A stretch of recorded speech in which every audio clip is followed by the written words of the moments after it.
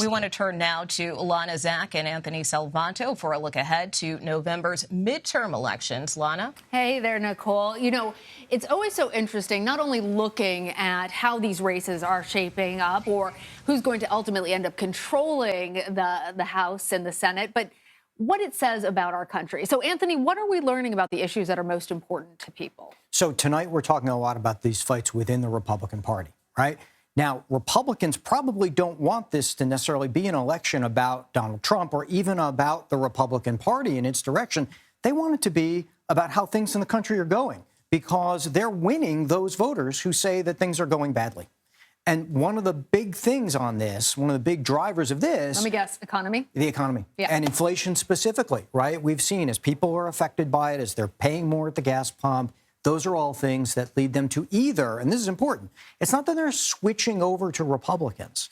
It's that a lot of Democrats are kind of staying home. They're less enthusiastic about voting. And that's one of the dynamics that right now is helping the Republicans in that national push to So let's talk about the issues that voters are identifying as very important to them.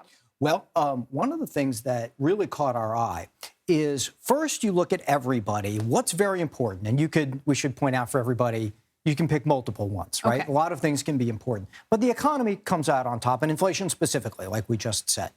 But there is another wrinkle here. And that is that when you look at the people who say that inflation is very important, here again, the Republicans are winning those voters, right? So this is something, and this poll, I should say, was done before the passage of the new legislation.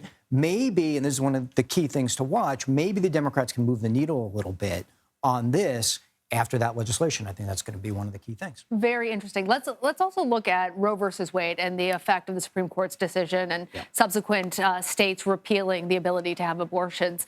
What do we see happening then with voters on that issue? So one key group I want to look at right here is women under 50 who, and we just looked at the slides that everybody's saying the economy was important, but look at where the abortion issue rises up to just basically match. Right. Yeah, basically match within polling error.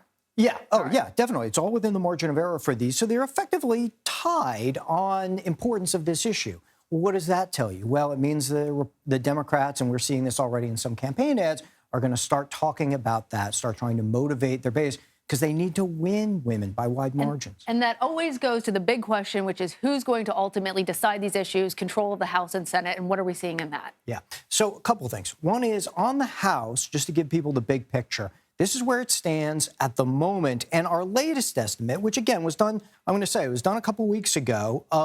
But what we see is the Republicans at the moment with the odds to take the House, albeit not with a huge gain. This would be less than the recent historical average. So not a wave that we see often in the midterms, but certainly with control, the ability to determine much of what happens in this country. All right, Anthony, you know I could continue talking to you all night. We'll continue to dig deeper into this. Thank you.